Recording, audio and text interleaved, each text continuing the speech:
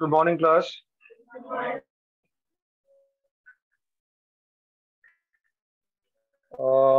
Last class पे हम लोग फैक्टर कॉस्ट और मार्केट प्राइस के ऊपर थे, और मैंने बताया था फैक्टर कॉस्ट एक ऐसा कॉस्ट जो कि फाइनल गुड्स और सर्विसेज को प्रोड्यूस करने में इनकर किया जाए, उसको हम लोग क्या कहते हैं? फैक्टर कॉस्ट कहते हैं। क्या कहते हैं?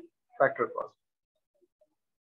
फैक्टर कॉस्ट में टैक्स और सब्सिडी का कोई एडजस्टमेंट नहीं होता। It does not include any adjustments for taxes and subsidy. ठीक है।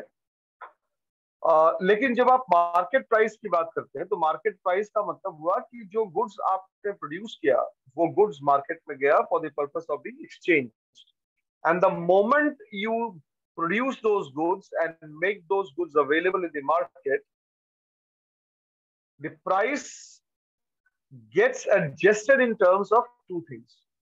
One is the indirect tax and the other is subsidy. The other is subsidy. So with the amount of tax, the market price goes up, and with the extent of subsidy offered by the government, what you find that the market price comes down.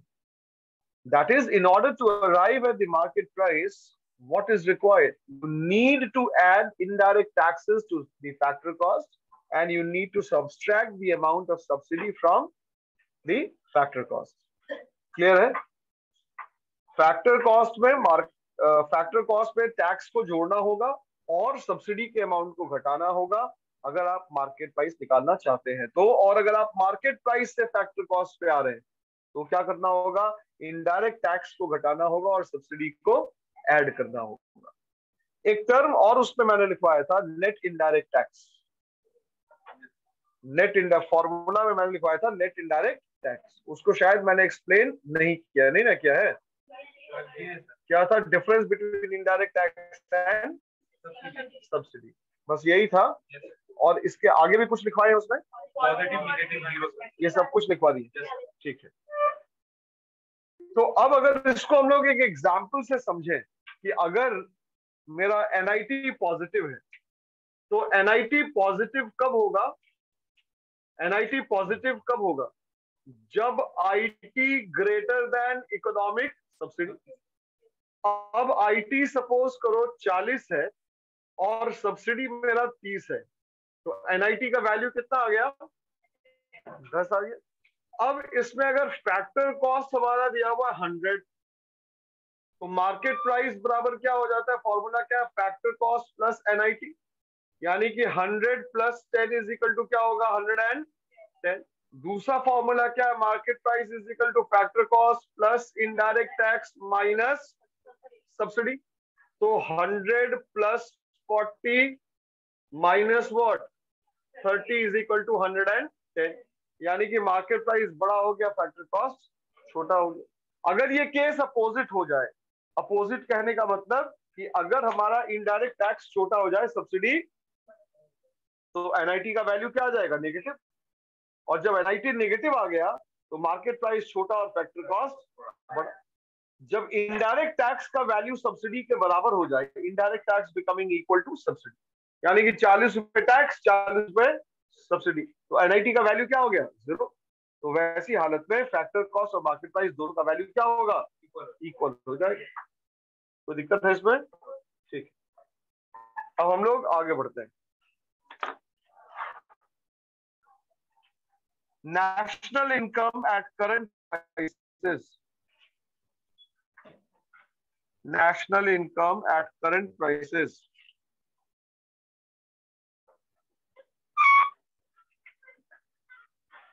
लिखिए। It is also known as. It is also known as nominal national income. It is also known as nominal national income.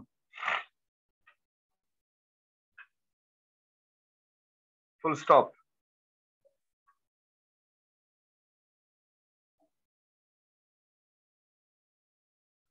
when we measure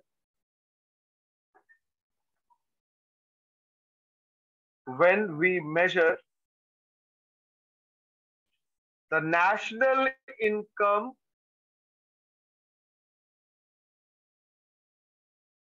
for a given year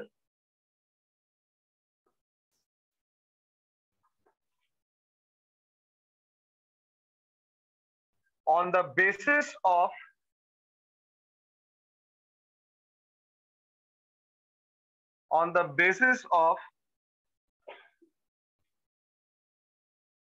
the prices of the same year, on the basis of the prices of the same year,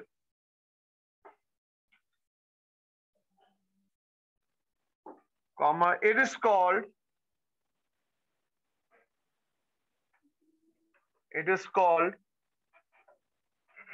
national income at current prices. It is called national income at current prices. Full stop.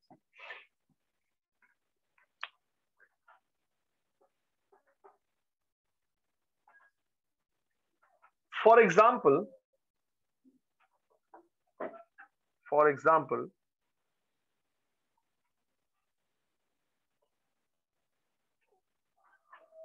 if we measure the national income,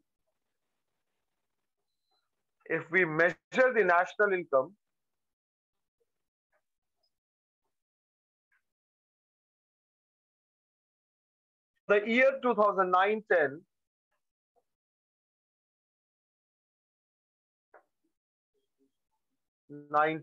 या कोई भी साल ले लो, अब अभी का साल ले लो, on the basis of 2009-10, year 2009-10, on the basis of on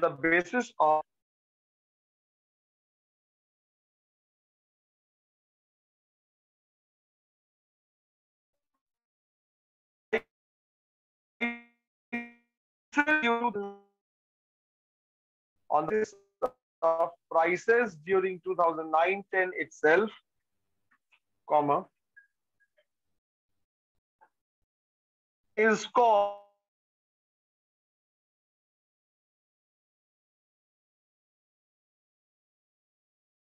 national income at current prices.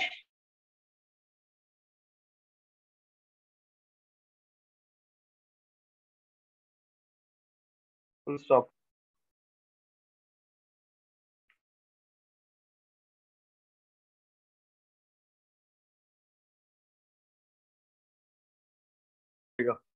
According to economists,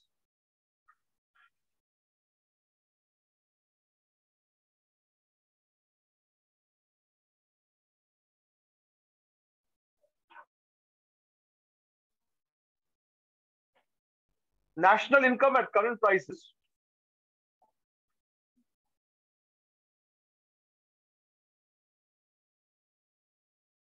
do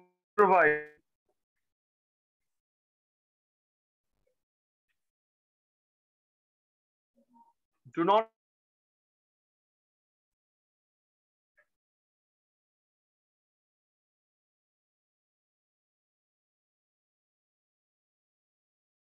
provide a correct estimate. National income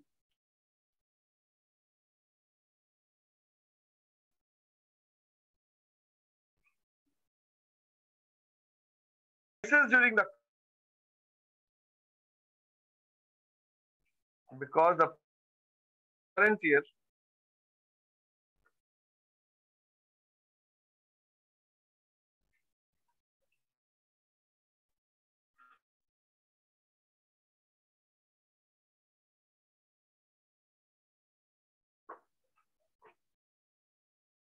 by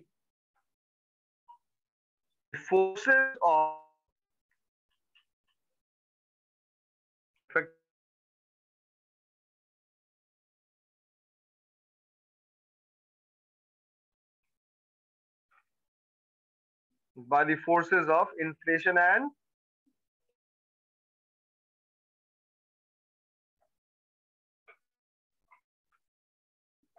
full stop. देखिए क्या लिखा आप लोगों ने, एक बार पहले पढ़ो इसको।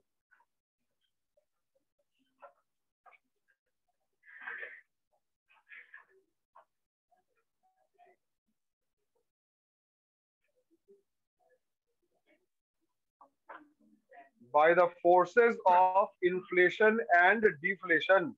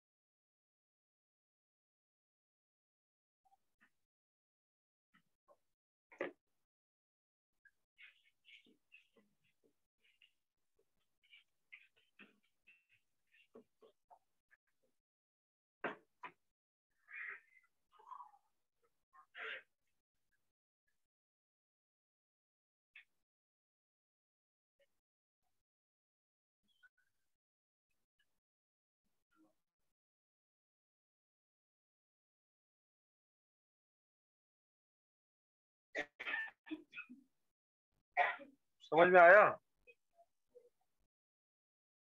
National income at current prices. आप पहले नेशनल इनकम निकालते कैसे? नेशनल इनकम का डेफिनेशन हम लोगों ने क्या लिखा था? ये मनी वैल्यू है of all final goods and services. सुनना ध्यान से, money value of all final goods and services. तो आपको जिस साल के लिए भी नेशनल इनकम निकालना है, आप क्या करेंगे कि उस साल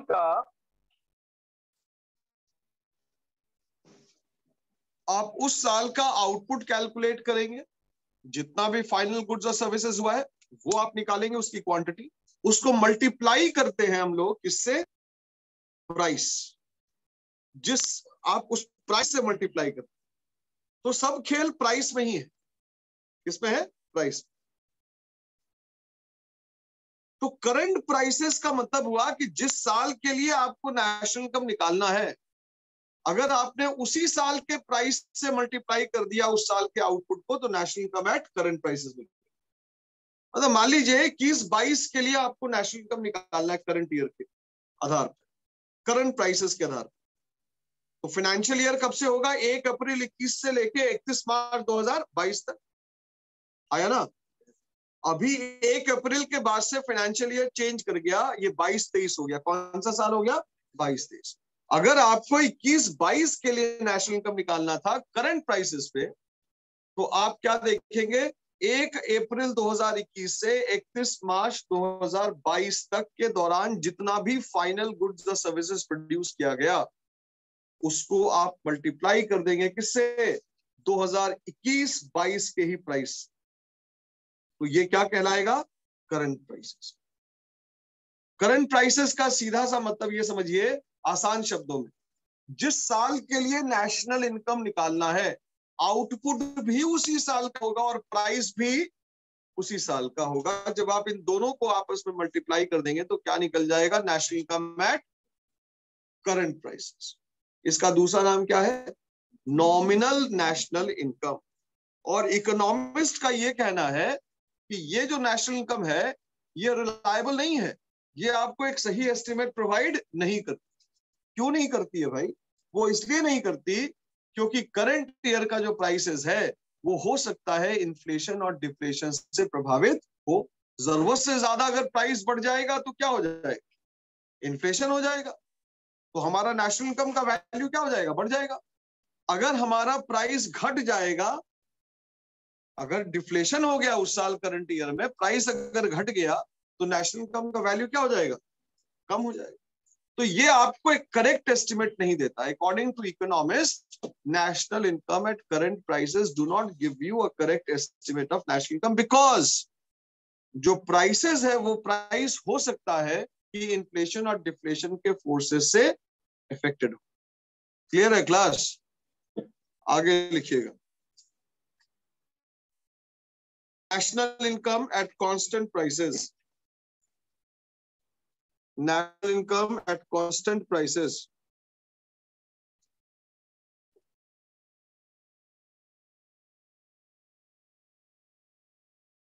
national income at which prices? Constant prices. It is also known as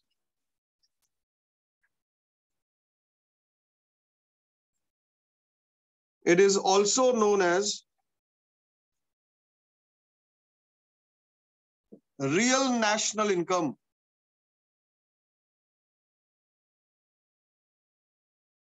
It is also known as real national income. Full stop. आगे लिखिएगा,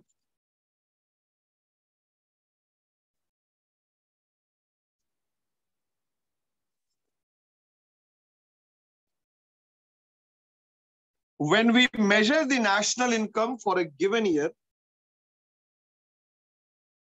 when we measure the national income for a given year,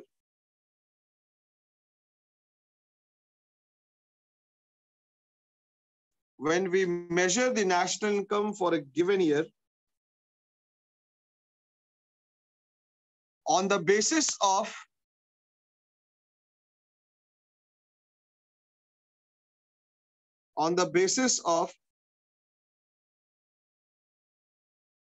the prices during the base year, prices during the base year,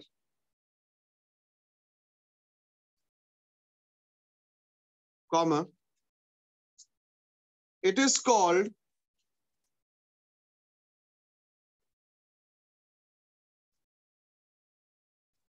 national income at constant prices.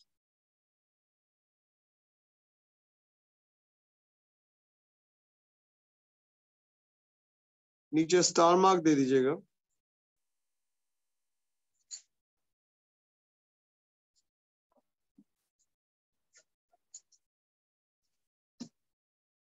Of base year is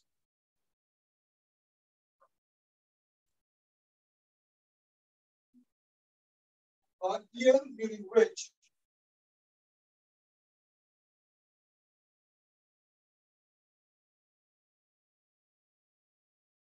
year during which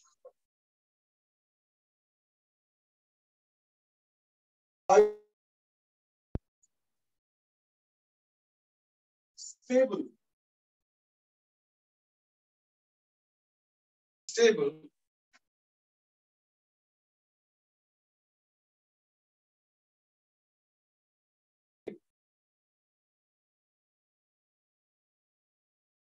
is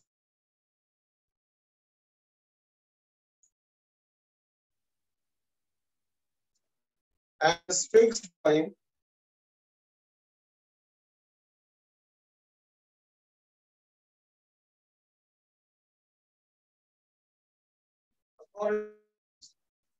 कौन fix करता है? Government authority.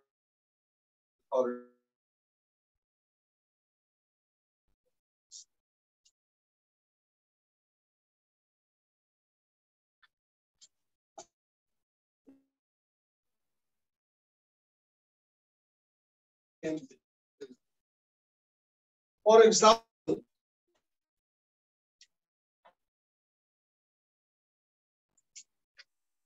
estimating national income for the year, for example, estimating national income for the year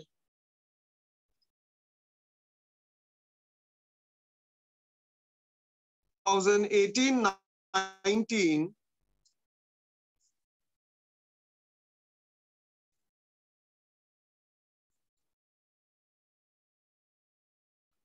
on the basis of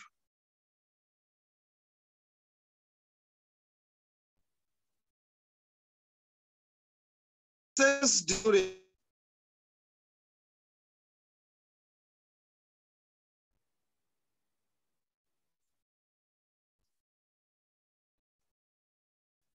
2015-16,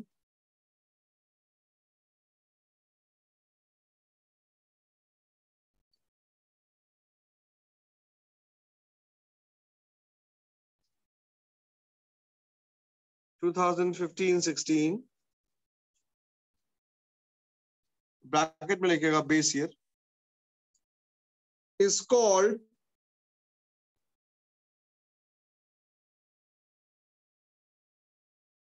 called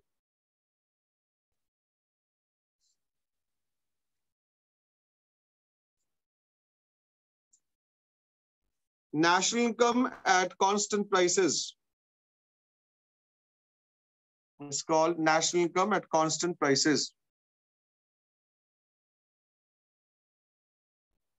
Full stop. आगे लिखिएगा paragraph change करके. According to economists,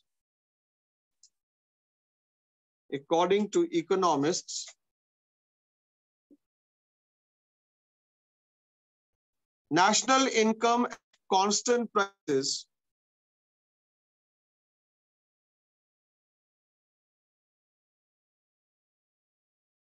provides a more correct estimate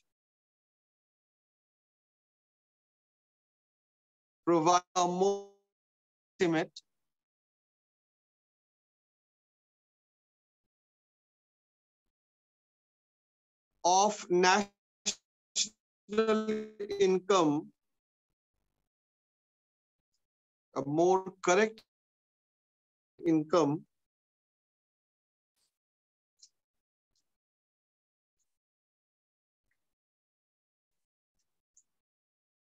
as the prices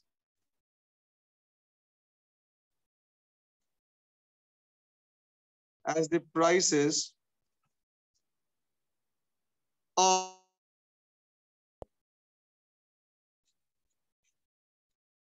not much affected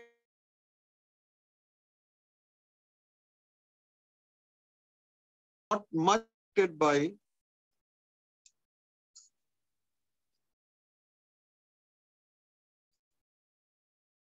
the forces of inflation and deflation, are not much affected by the forces of inflation and deflation. Full stop.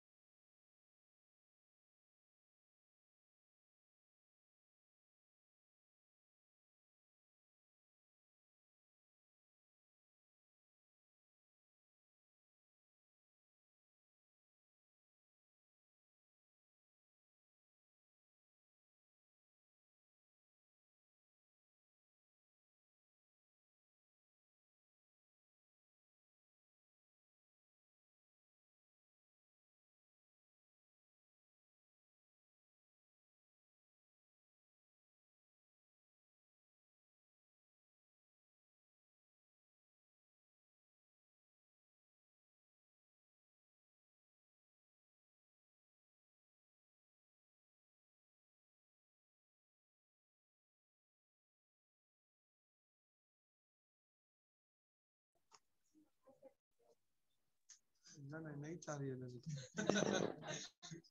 पूछने का मतलब ही यही था.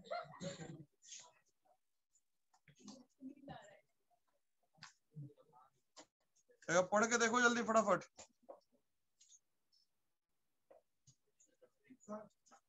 बोलो. इससे जो पहले आप लिखवाए थे national income at current price, तो आप बताएं इससे जो आउटपुट को मल्टीप्लाई कर देना प्राइस से, तो कौन सी प्राइस की बात?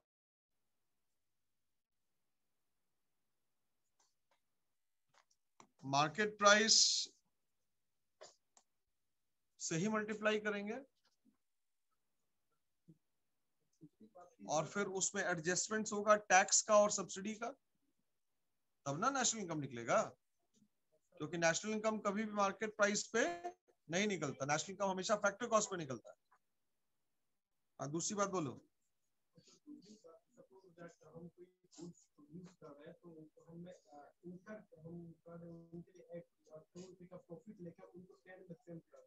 तो हमारी जो इनकम आएगी वो बस डिफरेंस आएगा, मतलब कि जो मेरी कॉस्ट है और जो मेरी एक्चुअल प्राइस है उसके बीच वाला जो डिफरेंस है वही मेरा इनकम है।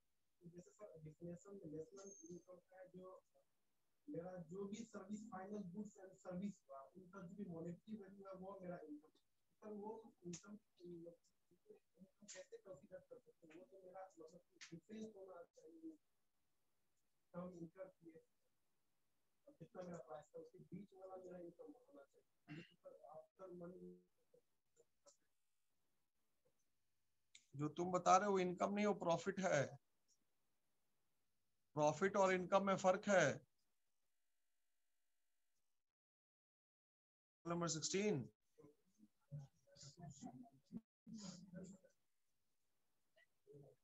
जो तुम डिफरेंस बता रहे हो that is profit, that is not income. Income जो तुम्हारा टोटल 10 रुपए हुआ वो कम।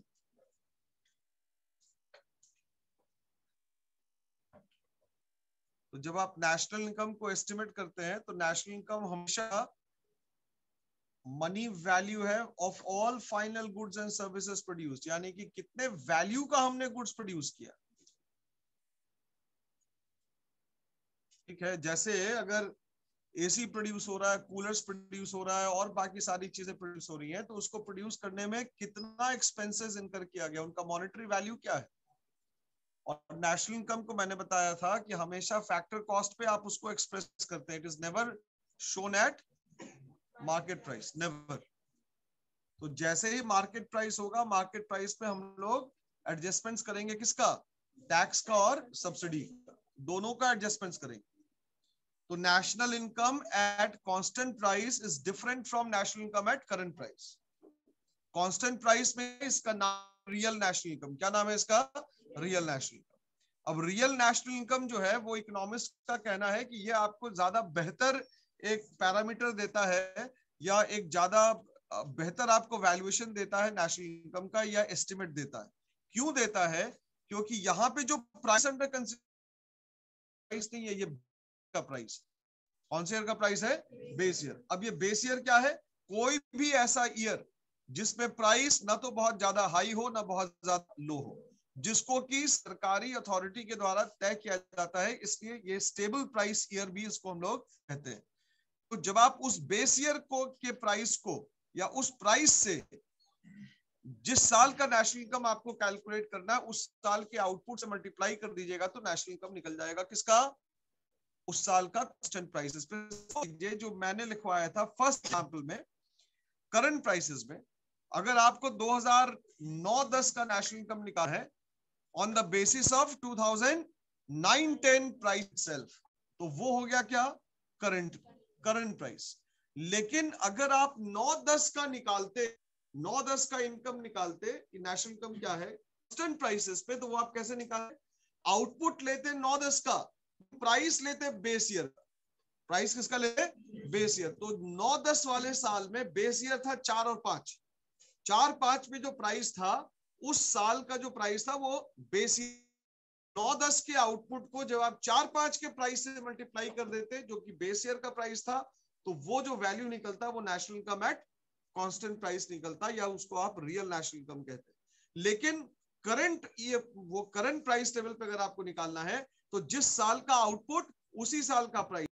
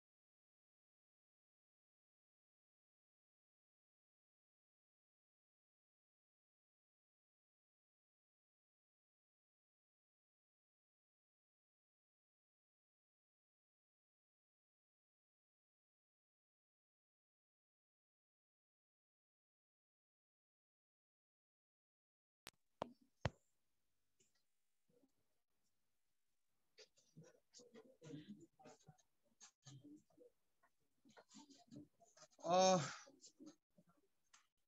ये था national income at constant prices और national income at current prices. Exam में क्वेश्चन आता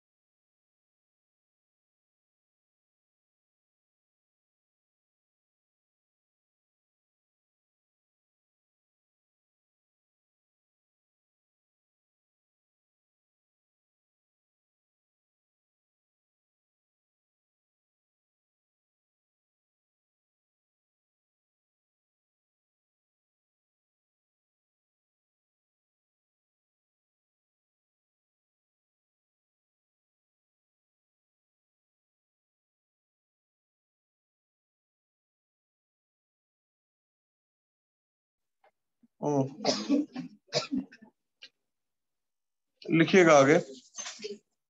ये हमारा कॉन्सेप्ट हो गया करंट प्राइसेस और कांस्टेंट प्राइसेस। NFIA वगैरह एक्सप्लेन कर दिए थे, ठीक है।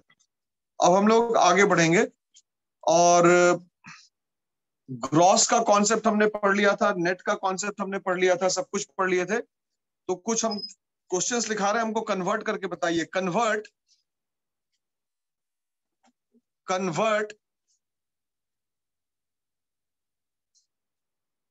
GDP into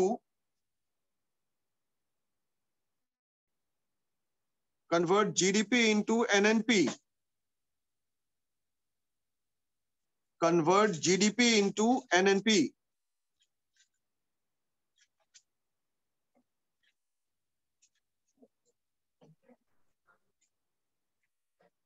क्या प्लस क्या माइनस करेंगे कि GDP से NNP आ जाएगा।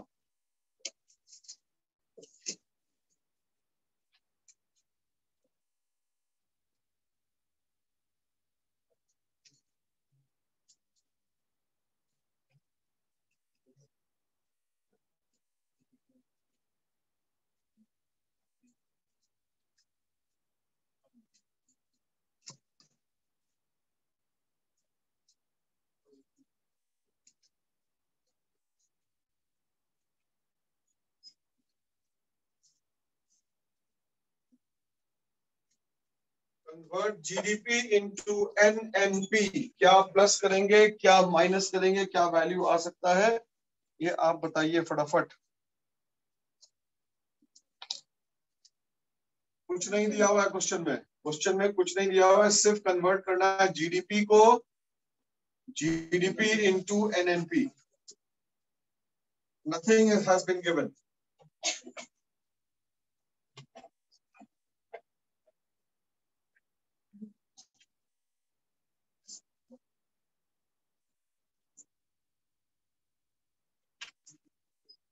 ऐसे कन्वर्ट करो।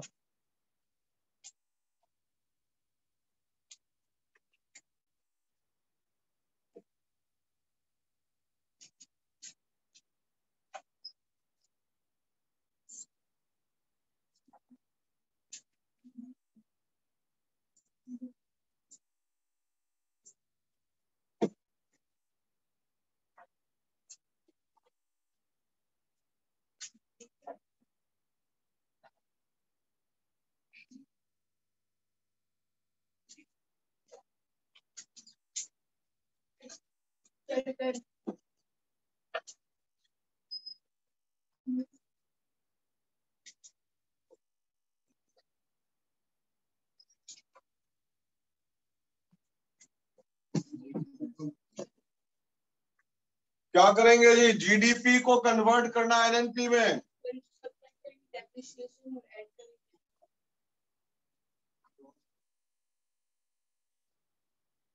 फर्स्ट प्लेस या ये G stands for what? First place letter N stands for। तो ग्रॉस को कन्वर्ट करना है किसमें? फॉर्मूला किसका देखेंगे? ग्रॉस का या नेट का? नेट का। ये ऑलरेडी गिवन है। जिसमें कन्वर्ट करना है उसका फॉर्मूला देखना होगा, जिसमें कन्वर्ट करना है उसका फॉर्मूला देखना होगा। तो ग्रॉस गिवन है, निकालना क्या है? नेट। तो नेट का फॉर्मूला क्या होता है? Gross minus depreciation. तो ग्रॉस माइनस डेप्रिसिएशन, ये आ गया क्या? एनडीपी। क्या आ गया? NDP. D stands for domestic और second place letter N stands for national. तो फॉर्मूला किसका देखेंगे? डोमेस्टिक का या नेशनल का?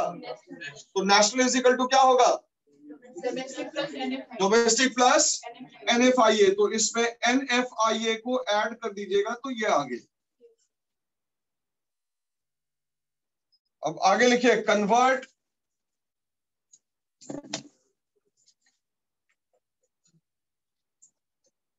जीडीपीएफसी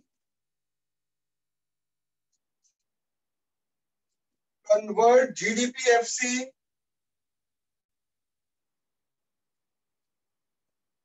into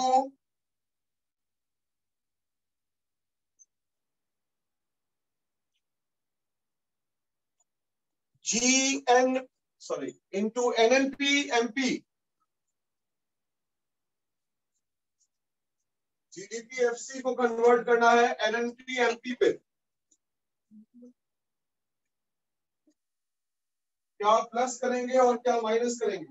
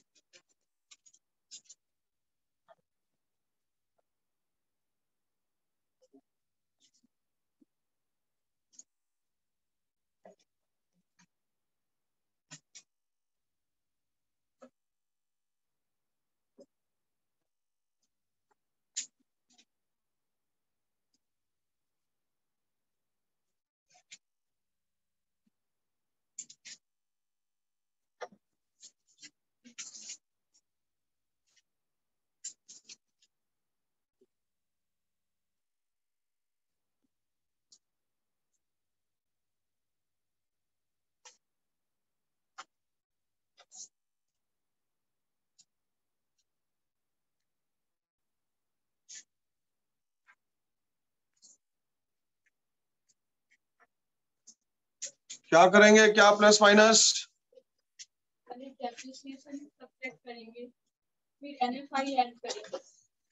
क्या कह रहा है? गिवन क्या है? GDPFC को कन्वर्ट करना है किसमें?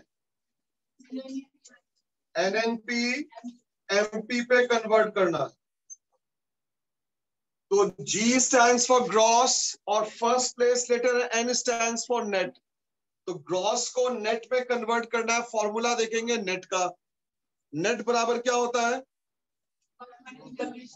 ग्रॉस माइनस, तो डेप्रिसिएशन को माइनस करेंगे। ये आ गया NDPFC। ये डोमेस्टिक है और सेकंड प्लेस है, इनका मतलब नेशनल। नेशनल का फॉर्मूला देखेंगे, national is equal to domestic plus NFIA। ये कन्वर्ट हो गया NNPFC पे। अब ये इधर फैक्टर कॉस्ट है, इधर मार्केट प्राइस है। फैक्टर कॉस्ट दिया हुआ है, मार्केट प्राइस निकालना है। कैसे निकालेंगे market price? Market price is equal to क्या हो जाएगा? इसमें या तो आप NIT को ऐड कर दीजिए और नहीं तो दूसरा भी तरीका है, या तो ये करिए और या आप इसमें इनडायरेक्ट टैक्स को ऐड कर दीजिए और इकोनॉमिक सब्सिडी को माइनस कर दीजिए। क्लियर है? आगे लिखिएगा।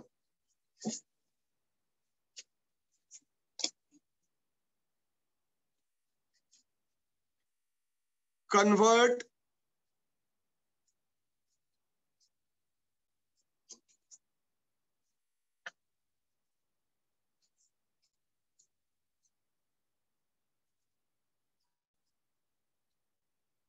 एनडीपीएमपी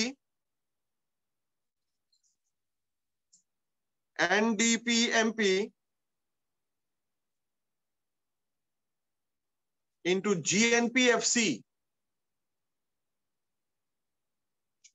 GNPFC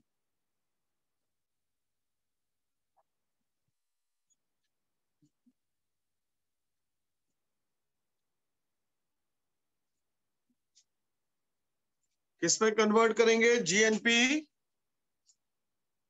में।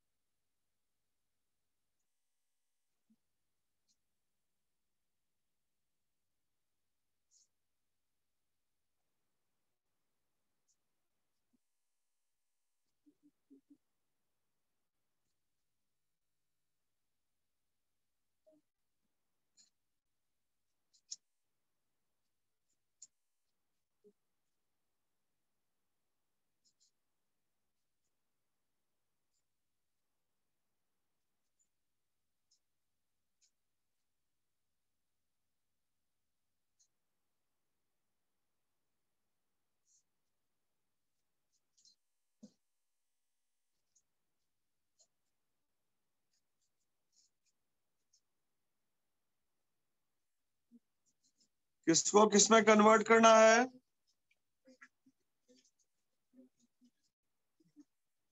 किसको किसमें कन्वर्ट करना है?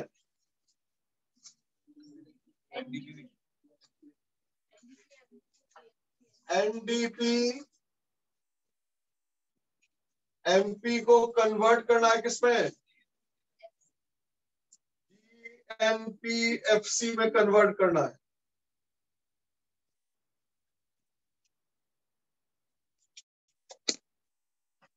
हो गया? जल्दी करो।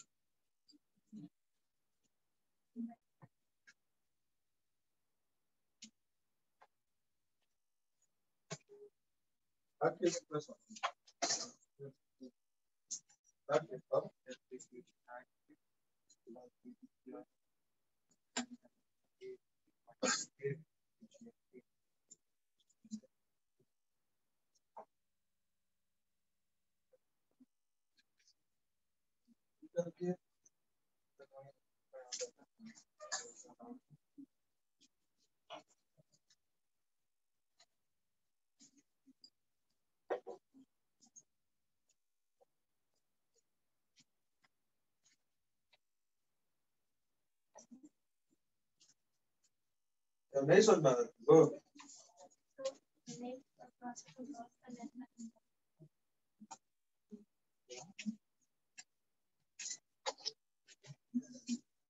ये देखिए दिया हुआ है एनडीपी एमपी, इसको कन्वर्ट करना है जीएनपी एफसी में। तो फर्स्ट प्लेस लेटर एन का मतलब नेट, कन्वर्ट करना है किसमें, ग्रॉस में। तो फॉर्मूला देखेंगे ग्रॉस का, प्लस करेंगे डेप्रिसिएशन। ग्रॉस का फॉर्मूला देखना, जिसको निकालना है उसका फॉर्मूला देखना। तो नेट तो ऑलरेडी दिया हुआ है, फॉर्मूला देखना है किसका है, ग्रॉस का। तो ग्रॉस इज इक्वल टू क्या होता है, नेट प्लस डेप्रिसिएशन। तो इसको जब आपने ऐड किया तो ये आ गया GDPMP। अब ये डोमेस्टिक है, ऊपर में सेकंड प्लेस लेटर एन है, तो सेकंड प्लेस लेटर एन का मतलब क्या हो गया, नेशनल। तो फॉर्मूला किसका देखेंगे, डोमेस्टिक का या नेशनल का। नेशनल का फॉर्मूला क्या होता है, डोमेस्टिक प्लस NFIA। तो प्लस करेंगे NFIA को, ये आ गया GNPMP। अब ये मार्केट प्राइस को कन्वर्ट करना है किसमें, फैक्टर कॉस्ट में। फॉर्मूला किसका देखेंगे, फैक्टर कॉस्ट का, मार्केट प्राइस का। तो फैक्टर कॉस्ट बराबर क्या होगा, माइनस NIT। या तो ये करें और नहीं तो क्या करेंगे, माइनस इनडायरेक्ट टैक्स करेंगे और प्लस करेंगे इकोनॉमिक सब्सिडी को।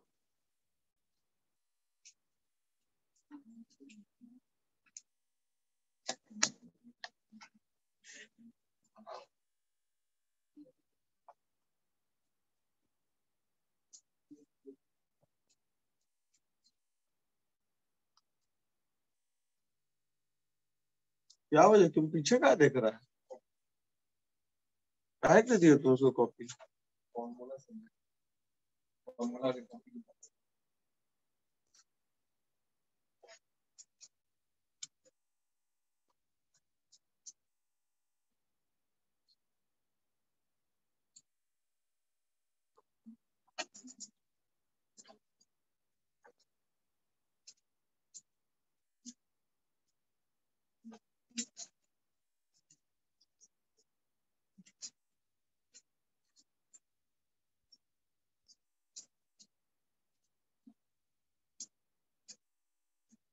कॉन्सेप्ट समझ में आया कि नहीं आया, पूरा फॉर्मूला बेस्ड है, फॉर्मूला याद होगा तभी आप इसको निकाल पाएंगे वैल्यूज को, वरना फिर वैल्यू निकल नहीं पाएगा।